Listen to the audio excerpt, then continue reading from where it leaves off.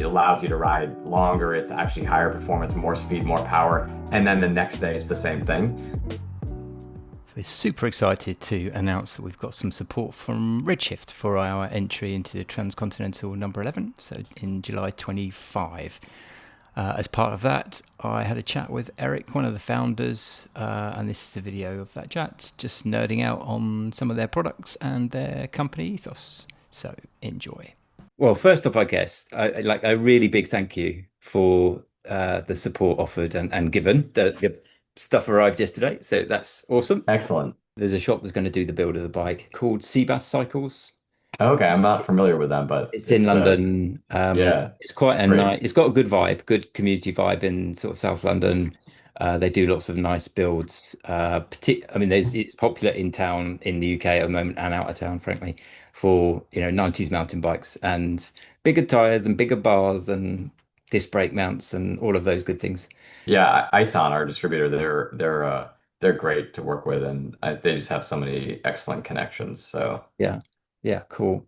So I popped a few possible questions in that email just to kind of okay, give us something to go to, but like no strict format. I thought it'd be interesting maybe first just to kind of get a little bit of background about yourself, introduction and whatnot. I could do me if you like. So uh, Jonathan, frame builder. I've been doing it about 12 years, mainly part-time. I had a day job that I've been fitting it around, and it's up and down and the whole industry thing at the moment. So ironically, I gave up my day job last year to help my wife build her business and ideally do more bike stuff. And so this was nice as part of that. And part of that is like trying to grow some relationships with partners and suppliers and all of those good things. well Um, that's really exciting, and I think stepping away from the day job is that's always a really good step. So maybe helping to start your wife's business was a good push. Um, Absolutely, yeah. Really trying not to have to go and get a proper job again. no, I don't think I could ever have a proper job again. Anywho, so that's me. What about you? Yeah, so I'm Erik de Brun. I'm one of the three founders of Redshift. So myself and two partners, we've known each other for a really long time, and always knew that we wanted to do some businesses together. We're all sort of product development people, so we're mechanical engineers, all of us. Mhm. But we also love design, and we're obviously big into bikes. And so we actually had a company doing kind of like background engineering for other companies. So we were like a consulting firm Right. for a while, and we worked on all kinds of really fascinating stuff. We ended Just in up the doing bike a lot of industry or in other things as well? no, it's completely separate industries. We did a lot of things in like highly regulated spaces, if that makes sense. So we did a lot of consulting in the nuclear power industry. We did stuff in the humanitarian space related to old unexploded ordnance and landmines. We did stuff in the medical space. So we were very used to working in this super highly regulated area, but we had a passion for bikes, and so we tried to bring some of that, that engineering discipline over, and it's quite welcome because bikes are regulated pretty well. There's well-established norms, and so, but we try to all the time not get stuck with what was done in the past in Yeah. cycling, and to actually try to introduce like everyone does, but we try to do it too, just introduce other technologies that we might have come across that could be relevant to the industry, even if it's not some obvious fit. We're kind of always looking at that type of thing. Yeah, I think that maybe feeds into sort of next question area about choice of products. So I became aware of you, I think, through the stems, through I guess general cycling press, but also the ultra stuff, where you can kind of see a desire for anything that adds to comfort. And I remember the good old days of Proflex and those lovely things, which nice concept. Um, so how did you come about, or and I guess what was the order? Was it the stem first? Or, It's interesting. We follow what we're interested in. So I think that our philosophy has always been because this is welcome in the bike industry. Honestly, it's not welcome in other industries necessarily. You can design around your passion. So if you want to make a certain kind of bike, just go do it, right? And so I think for us, and we thought components was a really exciting area. We're mechanical engineers. We worked on a lot of big systems with a lot of complexity, and I think we always had a love for simple mechanical systems. And so that was actually our approach, was we looked at some of the problems that we were encountering, some of the needs we had, and we were thinking, how come no one has done this? And could we think of an elegant way to solve this problem? And so our first product was actually in the triathlon space Mhm. because we had been doing triathlon as amateurs I was for a going to while. ask you kind of what's your vibe, you know? Exactly. So there was some missing pieces there. So we built some we kind of invented this new clamping system and then applied it to aero bars. So that was our first product, and that kind of got us off the ground. And then the stem came next, and that was really inspired by some things we had seen, and we thought, oh wow, these stems came on the market. They were they were really a jump forward, but then they went away really quickly because forks came in so fast. And Mm. so one of our thoughts was, well, why did that have to be that way? And maybe this idea that performance and comfort don't mix is wrong. And so we did a little bit of thinking about that and thought to ourselves, what if we took something that was more geared towards mountain biking when it came out, but apply it to something like road cycling. So at the time, we actually were looking at road riding, um, you know, and we were looking at the pure amateur standpoint.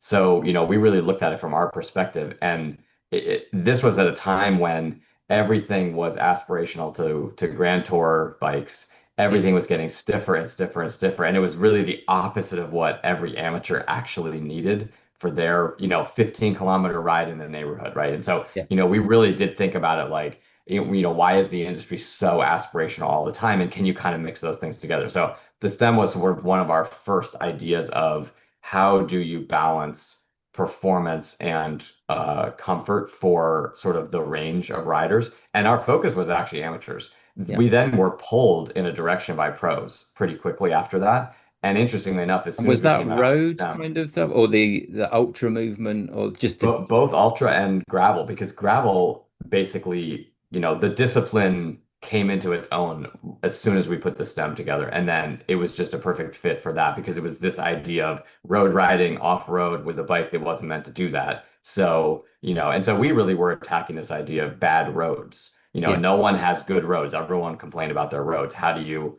make that go away? So we were purely thinking about enjoyment, performance, and comfort. And I think the biggest thing that was being overlooked was at the time, since everything was aspirational, we were comparing ourselves to these professional athletes that could handle all of this stress in their body. And it was the same thing with triathlon. They were contorting their bodies into these incredible sort of shapes in order to do aerodynamics, and no one could replicate that if you weren't an elite athlete. And so I think we sort of the same thing was the vibrations and the this constant kind of getting hammered while you're on the bike, it really affects an amateur rider way more than it does an elite rider. And yeah, so this is why elite riders that do ultras, they get a huge benefit out of this. But an amateur rider that does 20K gets a huge benefit as well because it's just so much more impactful for them. And so it also is kind of a wearing down effect. I think today people have much more recognition for the idea that being comfortable, having this sort of like not feeling fatigued, not wearing your body down. It allows you to ride longer. It's actually higher performance, more speed, more power. And then the next day it's the same thing.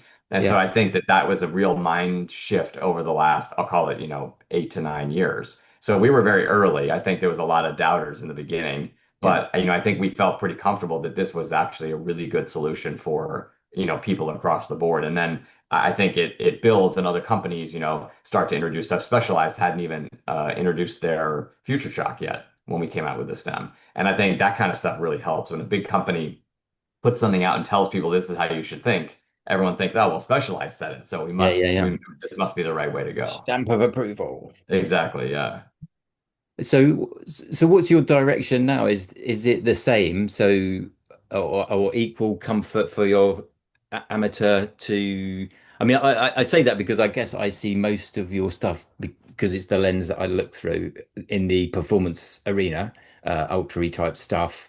and the people I know, but I also have friends that, don't, they're probably tourists rather than racers, but so they maybe do a bit of distance. And as you say, it's just perfect to take some of the wear and tear out and make it more pleasurable and less impactful for long. I think it really is, for us, we still keep an eye on both ends of the spectrum. I think we're excited to outfit pros and elite riders with stuff, for even, just a 1 day gravel race where it gives them an edge, or, something like these big ultra races where it becomes a huge advantage.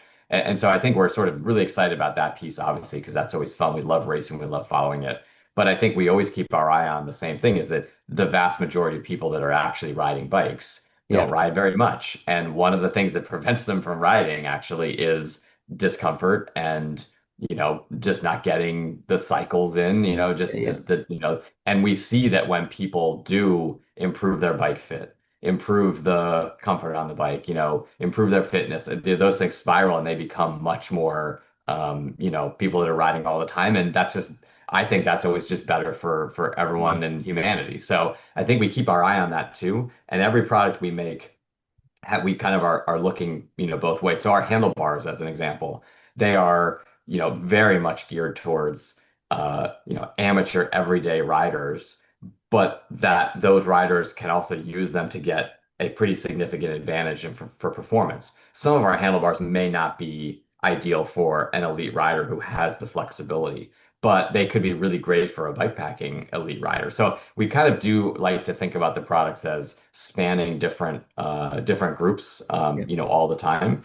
And we always come at it from this idea of what's the unmet need. I think there are a lot of brands that make really great products that are an entry into a space that exists. I think we don't enter a new space unless we feel like we have a totally new angle on solving a problem in that space that hasn't been solved. I mean, I really liked when you came out with the kitchen sink bar. So, I mean, it's one of those things that, I need an extra hand position. I don't really want full aero. I just want another hand position to hold on to when it's really headwind or just for a minute, have a rest, all that stuff. And I think, well, it was certainly the one that I saw the most, or became aware of the most as a sort of integrated unit, that just looked great for your average. I mean, I count myself um, as a touring rider in that sense, I think. So, but in a similar way, if you didn't want to go aero bar, then it's just a nice option for another hand position, and or hang some bits and pieces on the front of it. And that's something I think that we find to be kind of enjoyable, is that sometimes kit can be one purpose. And I think that if we can do products that have more than one kind of ability in them, I think that we enjoy that even more. So the kitchen sink's a perfect example where we've got riders that only use it for attaching stuff to it. Hmm. And then we've got riders that only use it for having this, I'll call it like an advanced aero position, because you do have to be a pretty good bike handler to ride that aero position. And so it's interesting to see the same piece of equipment being used in two totally different ways, and then people mix it together, obviously. And I Yeah, think when people also take it and run with it, when we came out with the bar, we actually didn't have the bag that goes inside the loop, and we had so many requests from people I for bet. things like that we Day thought, two. well, if we try to listen to You've what people forgotten to tell us. pack the bag. Yeah, yeah, and I mean, and that's one of our most popular accessories. Honestly, and it makes sense. I mean, I love it too. I mean, I think it was a great idea, the feedback we were getting from people. So yeah, we are always looking for these unmet needs. And then the best thing about putting product out into cycling is that there are so many different kinds of riders that they come back and tell you exactly what you missed or what they're using it for that's different than what you intended. And I think that's always a thing that we find to be amazing. I mean, we weren't really aware of ultras when we started putting stuff together. And I think, it's been super exciting to It's a be pretty pulled new into this genre, whole race though. culture. Yeah, Yeah. cool. So some of your products now are, or you've got a pro range. Is that kind of aimed at the racer type? Is that the sort of drive of the pro range, or is there something different going on there? It's exactly kind of what I was just saying with it. We get feedback from people. So we tend to put a product out there, we think is this really great thing. And then if every single person, if tons of people look at it and say, this is great, but can you make it lighter? When you hear that enough times, you think, okay, great. There is a certain group of people that really want to ride this maybe on certain bikes where they feel like they need it to be lighter. And so while, you know, weight may not be the most important thing or aesthetics or other things, I think it's the most important thing to some people. And so we think about that and say, okay, great. Once we've established something, can we then make a pro version of it that is a bit more optimized in terms of weight or performance by adding in maybe some more costly machining or a bit more precision or some parts that have added cost. And I think then those folks can say, you know what, it's worth it. So like we have our C post and then we have our pro race C post. And there's stuff in the pro race C post that just costs more money to make. It's more precise. And so people say, wow, you shaved a bunch of weight off. That's worth it to me. And so that's kind of the trade-off we like to do is that we'll add that expense and as long as it's worth it to people. And so I think something like that post in particular is pretty geared towards more of a performance road, sort of elite racer type of crowd. That doesn't mean that an amateur that cares a lot about weight can't use it. They definitely can. They'll get great performance, but it's the kind of thing that some of our the two pro C posts are what we provide to pro athletes when they're looking at stuff just because of the weight optimization and then the way that the C posts are designed. That's kind of like the entry point for those folks. At the same time, while we were making those pro versions, we're also looking at the other side and saying, hey, we've got this huge crop of people riding e-bikes that need this comfort, people commuting around town. And so we have every reason to want to bring the same thing to them. So we actually went out and designed a lower cost C post Yeah. that is simpler. It's not really that well suited for off-road. It's much more suited for in town and try to come out with that and say, here's something that's more accessible. Maybe it's a little simpler to use. It's got a higher weight rating. And so you sacrifice some things to make it, sort of more accessible to one group of riders. And it's maybe not as appealing to then the other side, but we like choice. I think that's a big thing for us is one size does not fit all. Products should be tunable. I think it's a bit rich to give someone something and say, here, this is what's going to work perfectly for you. This one size, this thing you should use. I think we know that that's not correct. Everyone has a different fit. Everyone has a different body. Yeah, So, yeah. And I guess, as you say, if it's the either the process or the material to maintain the reliability aspect of something whilst making it lighter, or even the other way around of making something more robust because it might have an e-bike under it or whatever, then yeah, it's an interesting compromise balance to always hit and and I cost. think And people it people does. have different things they care about. The Yeah, person on a 40 pound e-bike doesn't care about weight in their seat post, yeah, because it's nothing. Whereas if you're optimizing that rig for, a 7 day thing and thinking about every bit you're bringing with you, the weight, can make a difference. And I think that we find that it's sometimes relatively easy to make those trade-offs, actually. yeah, You can say, okay, here's a more robust linkage. It's a little heavier. Great. Like we're getting the weight limit up. And so yeah, I think on one hand, we might be optimizing much more for a certain type of rider. On the other hand, we're making the sort of opposite, type of trade-off, which I think we're always happy to. It would be great to find the one thing that is perfect, but that's not really how, engineering works. So you have to pick what you're optimizing for. yeah, absolutely. And yeah, so we have this new C post and it's we're pretty excited because we got the weight limit up really high. And there was a bunch of riders that said they hadn't been able to access the products yet because of that. And so it's like, oh, excellent. We now just brought a whole new group of riders into the fold, and I think that's sort of an excellent thing. Yeah, cool. Yeah, absolutely.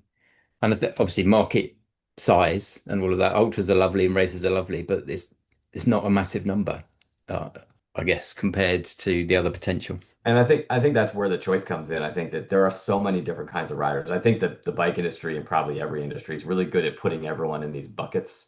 And it's just not true. I Yeah, mean, like no one's in one bucket, right? And people move from them. So I think it's more about like how do you make something that really works for someone across multiple bikes or across different things they're doing. And I think that's hard when you're just optimizing at the tippy top, or you're just making everything just the most rugged thing ever. It isn't going to work. So I think we like this idea of tunability, choice, and sizes, and it does become challenging. We've got, I don't know, probably like 40 or 50 different SKUs for C posts.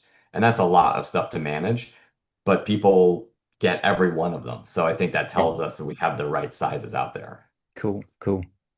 Um, that kind of leads me into, I think, the two position seat posts. So I was looking, I do some long distance stuff, not generally not racing, but sort of long distance touring.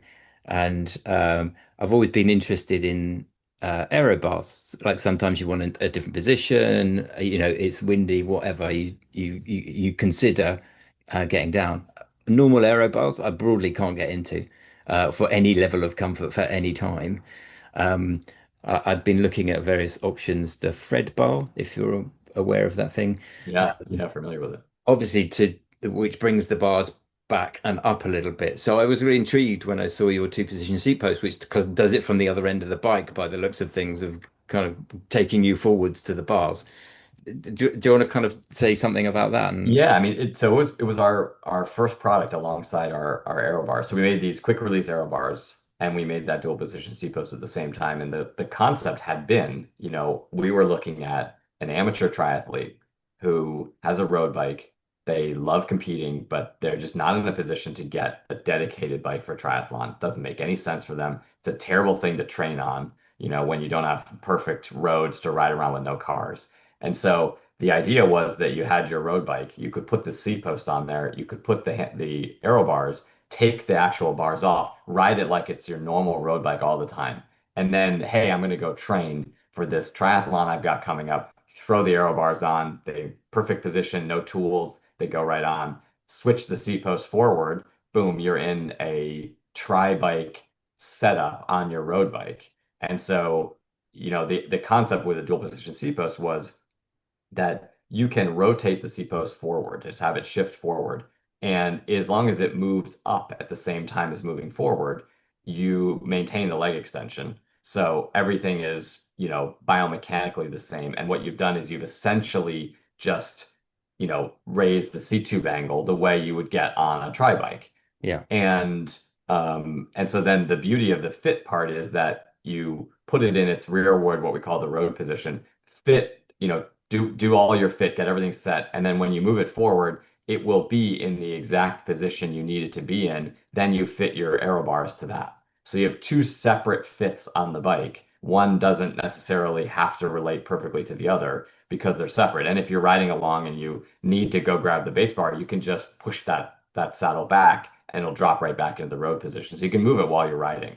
And it's super robust on the road. Off-road, there's just times where, having something that isn't locked in place it'll only by move. your body can, if you jump out of the saddle, you might move it back. And so that's, something that people need to consider. But we do have plenty of people that ride it off-road, despite my best efforts to convince them not to. And it's a great mechanism. I think that there's a few things that really interesting about it is that at the time, there was, and there still is nothing that does this. There was one product that you could install on your bike that just gave you that increased C-tube angle, but it was fixed. So once you did it, you were stuck that way. And Mm. then the bike was going to be real hard to ride on the base bar. And one of the biggest issues with riding aero bars on a road bike that's not a tri bikes are designed to let the center of gravity, be in an optimal position for handling. Whereas when you're in aero bars, whereas a road bike is not designed for that. So if you throw your entire body forward,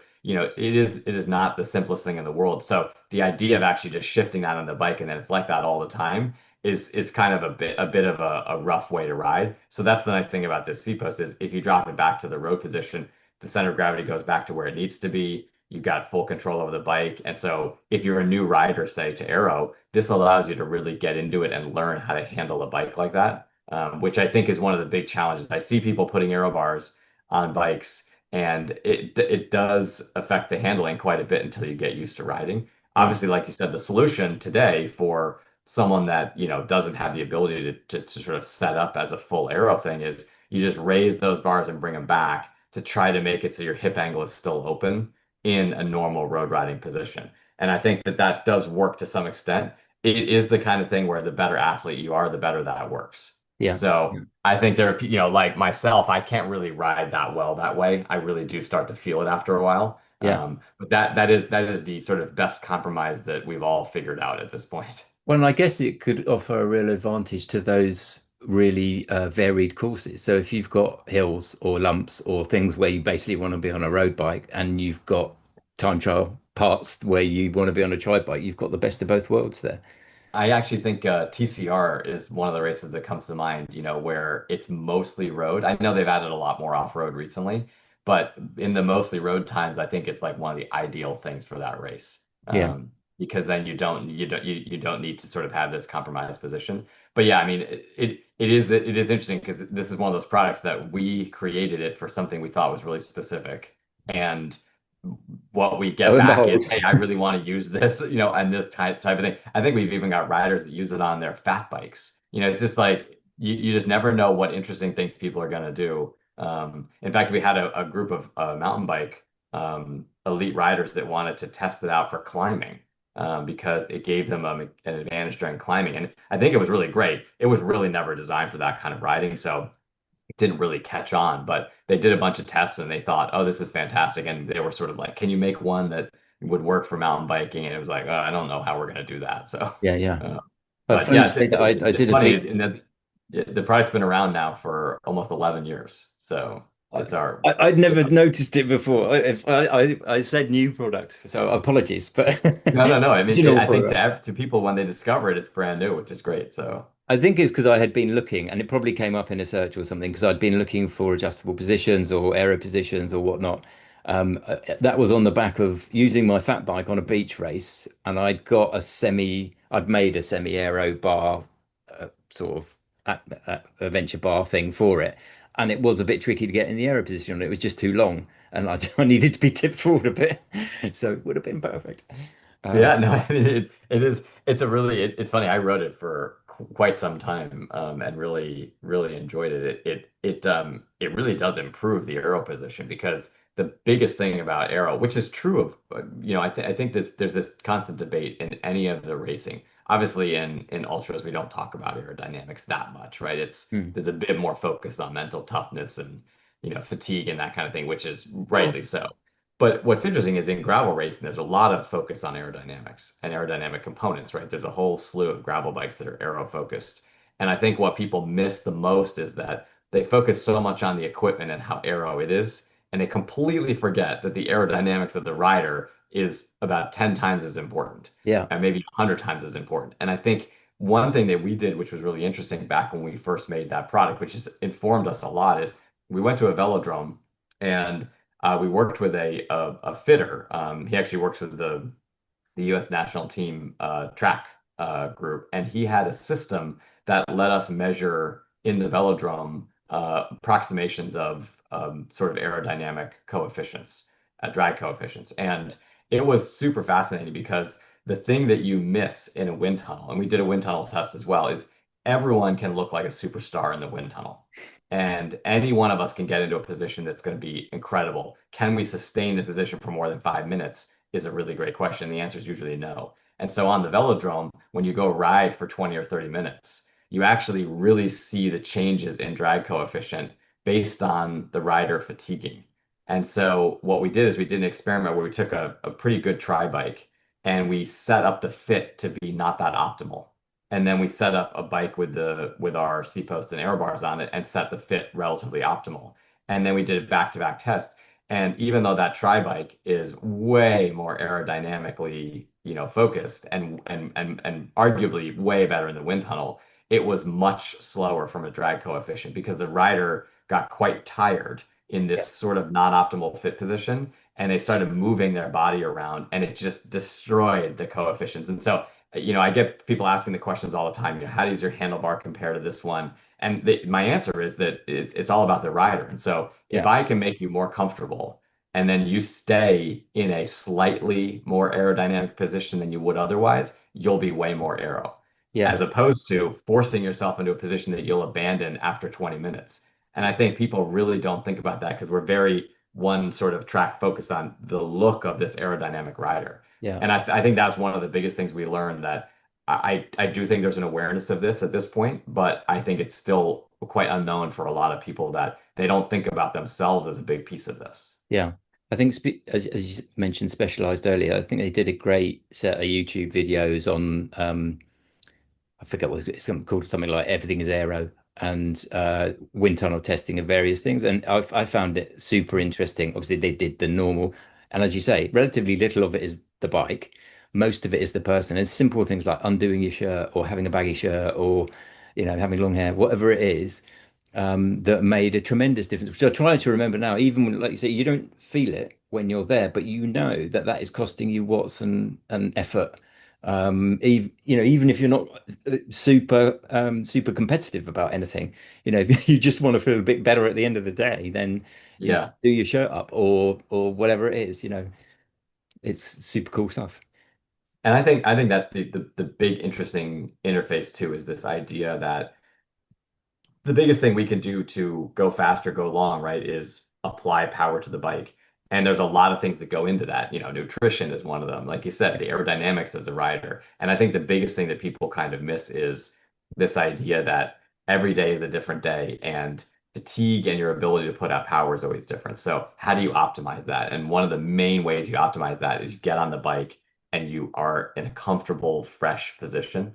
And I think if you get on that bike and you're sort of already putting yourself into this fatiguing sort of state, and I think athletes, people that ride bikes, I mean triathletes specifically, just because of the way I think that they train and the way their mindset is, people think that suffering is it's like okay to be hurting and feeling uncomfortable. And I think they miss the idea that suffering is fine if you're really going for it, but it should be more of a muscle type of thing, not a body type of thing. And I think that's something that we often miss is it's like, well, it's okay to kind of feel this terrible fatigue in my body. It's like, no, it's okay to feel really good fatigue in your muscles, but don't put yourself in, try as hard as you can to make your body feel like it's under control all the time. Well, and as you say, I think the assumption is suffering is faster. Well, it's probably not. Uh, Yeah. when the equation says suffering is slower, then they start listening, I think, don't they? Anyway, I realize we've kind of gone over time a little bit. That's been really, really interesting. Is there anything that you wanted to add or say as part of this? As I said, I did really want to just repeat how grateful we are, how grateful Amy is. She's really, No, no, just we're an we're excellent help. we're super excited to be collaborating with you guys, and I think that in particular I love when people take a different approach uh, to creating and making and setting up and everything. So I really respect what you're doing, and I think I just hope that as time goes forward, more people will add their own sort of creative and different approach to things. And so like yeah, we appreciate being a part of it because I think that to me the best thing about cycling is there's so many different ways to make bikes, to set Yeah, them up, to use them. And so this is just such a great scenario and opportunity you've got going. So yeah, I mean, we're really appreciative to be part okay. of it. I hope it's the beginning of a long collaboration on lots of different projects. And I I'd really love to. hope That'd that be perfect. I hope the brand takes off in the way that you're hoping because yeah, it's really important, I think, to have all different approaches to everything and to have those raised to a level where people become aware of them. So as much as we can do to spotlight some of the stuff, I think we're excited to do it. And it's just great for us. It's just more exposure and that we love that. This is just fantastic for me to get one of my bikes on the start line of that race. I just think it's cool, frankly. So, it definitely ticks a box for me. And then hopefully there'll be more to follow. And as I sort of said in one of the notes, I've got another project, which is for me. It's a kind of design project, which could be really interesting to talk about at some point. Yeah, no, Um, definitely. Really nice to meet you, Eric. Thanks ever so much for the time and the support and all of that good stuff. I'm hoping to get to Spain for when it happens. So I've registered as a volunteer for the start. I think I'm going to help with the bike checks or something at the start, maybe. So it'd be really exciting. Have a little Yeah, trip down to Spain as well. that's awesome. Well, I looking forward to everything. And yeah, thanks again. It's really great to chat and we're here for you.